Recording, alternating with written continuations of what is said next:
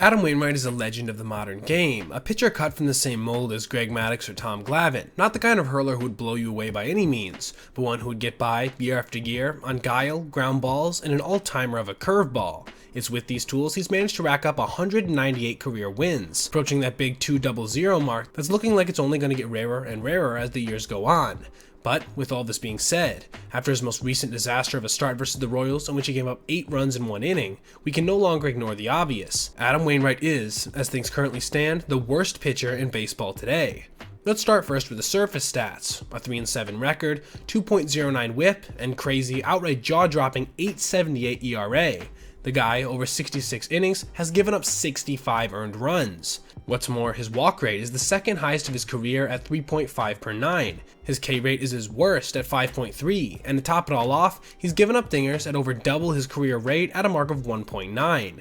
His ERA plus, less than half the league average at 49. Everything that could have gone wrong this year has done so for Waino. But it's not just these simple numbers that make me believe he's the worst. The advanced ones are just as, if not more, appalling. Among pitchers with at least 200 balls put in play against them in 2023, he has the worst expected slugging against, expected WOBA, xERA, and xBA. But I'm not done. His sinker is tied for the worst run value of any pitch in baseball at -18. His cutter is second worst among pitches of that type at -8. And his curveball, once known as a truly elite pitch, is tied for 6th worst at -5 in its respective group. His run value per 100 is also the worst in baseball at -4.3. His name seems to fall to the bottom of every conceivable baseball savant leaderboard. How the heck did a pitcher go from above average last year at a 105 ERA plus to basically being unpitchable just a season later? The elephant in the room is the retirement of his longtime backstop buddy, Yadier Molina. And it's true, Molina made basically anyone he ever caught a better hurler. But it's not that simple, I'm afraid. Probably the biggest change overall is his cratering velocity. Of his main 5 pitches last year, being a 4-seamer, sinker, cutter, slider, and curveball, only his slider ranked in the top 8 of the slowest offerings for their type in baseball. His heaters were averaging over 88 miles per hour, his curve almost 73.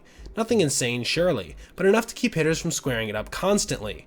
This year, every one of these offerings is in the bottom 5, with his cutter actually being the slowest in baseball. His air-quote fastballs of any type barely clip 87 anymore. Aside from this obvious quality downgrade, his lack of control relative to his career norms has been seismic as well, putting unnecessary base runners on in a season he most assuredly didn't need that. Is this due to poor command, or hitters just being able to read his repertoire better? It's anyone's guess, but the results speak for themselves. Overall, I hope Waino can put it together in this final leg of the season, at least enough to grab that 200th win. It's sad to see a pitcher who was once considered to be so dependable fall off the face of the earth in a campaign that would ideally be a graceful send-off, not a constant slaughter. But, regardless, it doesn't take anything away from what he's accomplished over the course of his career, and what he's meant to Cardinals fans everywhere since his debut in 2005.